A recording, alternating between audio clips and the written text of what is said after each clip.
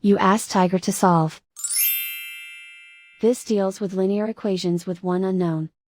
The final result is x equals 3. Let's solve it step by step. Simplify the expression. Multiply the fractions.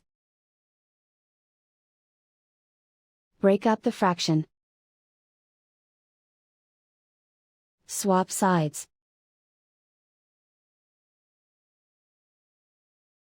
Group all constants on the right side of the equation. Subtract 4/5 from both sides. Combine the fractions.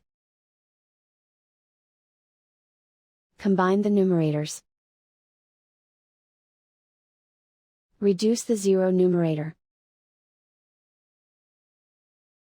Simplify the arithmetic. Convert the integer into a fraction. Combine the fractions. Combine the numerators. Isolate the x.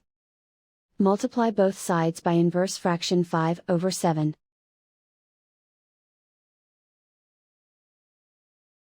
Group like terms.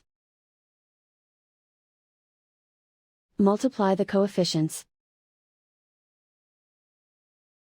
Simplify the fraction. Multiply the fractions.